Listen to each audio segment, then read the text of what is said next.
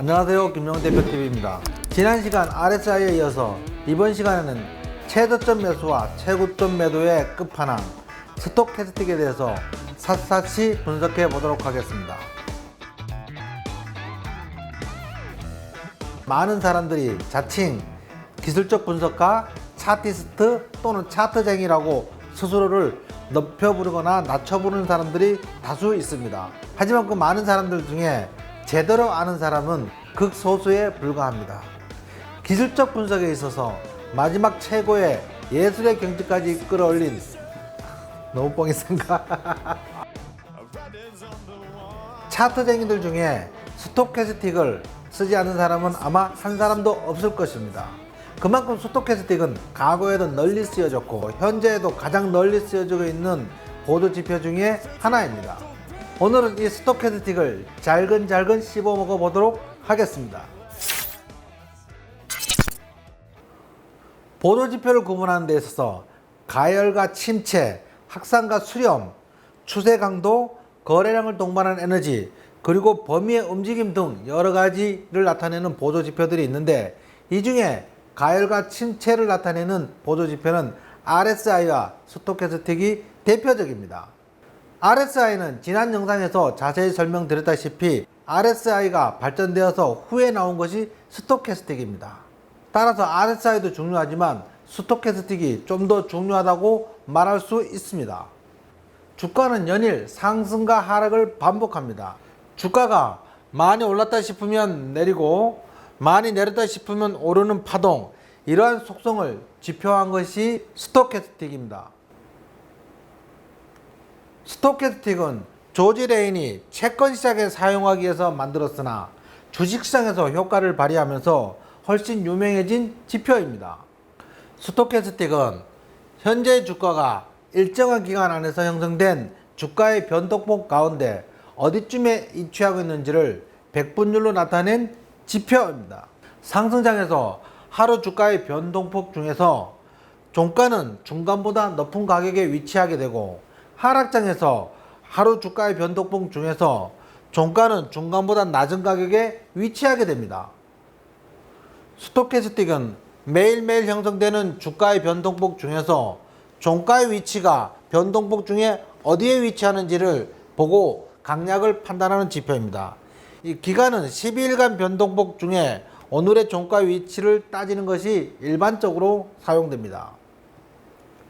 일정한 기간 중에 오늘의 종가가 가장 높은 위치에 있다면 스톡캐스틱 값은 100입니다. 반대로 오늘의 종가가 기간 중에 가장 낮은 가격이라면 스톡캐스틱 값은 0입니다.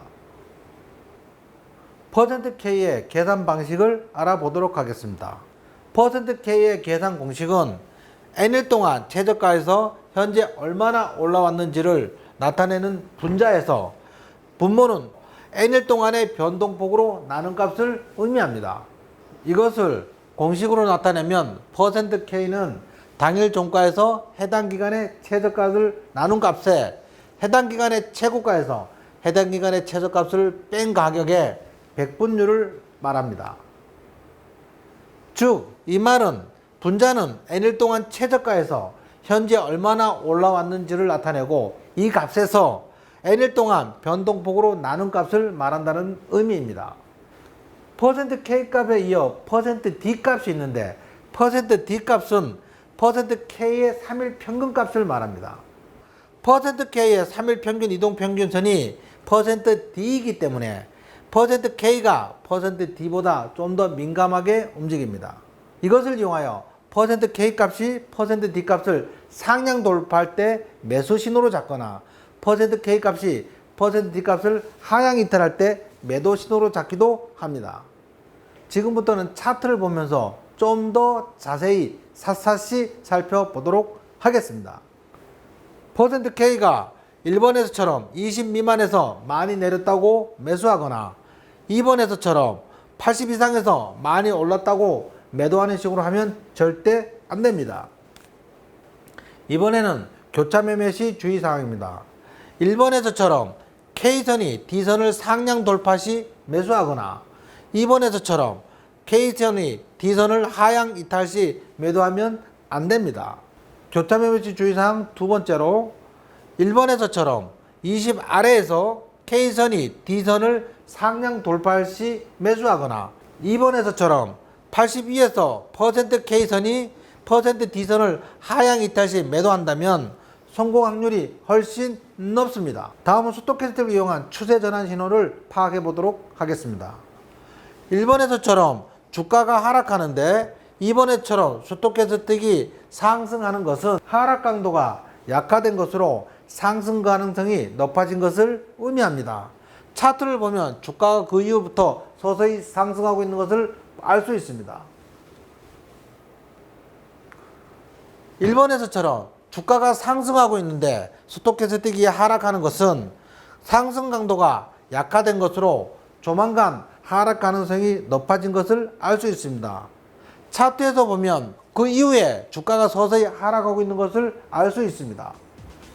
지금까지 배운 것을 요약해 보도록 하겠습니다. 첫 번째는 %K가 20 미만에서 매수하고 80 이상에서 매도하는 신호를 사용하면 안 됩니다. 두 번째는 %K가 %D선을 상향할 때 매수하거나 이탈할 때 매도 신호를 사용하면 안 됩니다. 세 번째는 상승 추세에서 20 아래에서 상향 돌파 시 매수하거나 80 위에서 하향 이탈 시 매도하는 신호를 사용하면 안 됩니다. 그 이유는 20 아래에서 추가로 하락할 수도 있고 80 이상에서 추가로 많이 상승할 수도 있기 때문입니다. 네 번째는 상승하는 주가가 조정 시 20 아래에서 상향 돌파 시 매수하지 말고 충분히 기다렸다가 50 이상에서 매수하면 성공 가능성이 훨씬 높습니다. 다섯 번째로 스톡캐스틱에서 다이버전스를 통한 고점 신호는 상당히 정확한 편입니다. 다이버전스는 주가는 상승하는데 스톡캐스틱은 하향하거나 주가는 하락하는데 스톡캐스틱이 상승하는 거꾸로 움직이는 경우를 말합니다. 여섯 번째로 스톡캐스틱은 주가의 저점에서 매수 신호를 사용하면 신뢰도는 낮은 편이고 고점에서 매도 신호로 사용하면 신뢰도는 매우 높은 편입니다. 마지막으로 주가의 저점이 낮아지는데 스톡캐스틱이 상승하는 것은 하락 강도가 약화된 것으로 상승 전환 가능성이 높고 주가의 고점이 높아지는데 스톡캐스틱이 하락하는 것은 상승 강도가 약화된 것으로 하락 전환 가능성이 높은 것을 의미합니다. 스톡캐스틱에서 모두 중요하지만 그 중에 특히 중요한 것은 상승하는 주가가 조정 시 20 아래에서 상향 돌파 시 매수하지 말고 충분히 기다렸다가 50 이상에서 매수하면 신뢰도가 매우 높다는 것입니다. 이것을 명심하시기 바랍니다. 보조지표는 말 그대로 보조지표로 사용하시기 바랍니다. 이 보조지표에 글로벌 시향이나 한국의 시향이나 업종, 종목별 시향을 접목하시면 훨씬 더 큰 수익을 얻을 수 있을 것입니다. 김영훈 대표는 항상 여러분들의 성공 투자를 기원합니다. 다음 시간엔 더 알찬 내용으로 찾아뵐 것을 약속드립니다.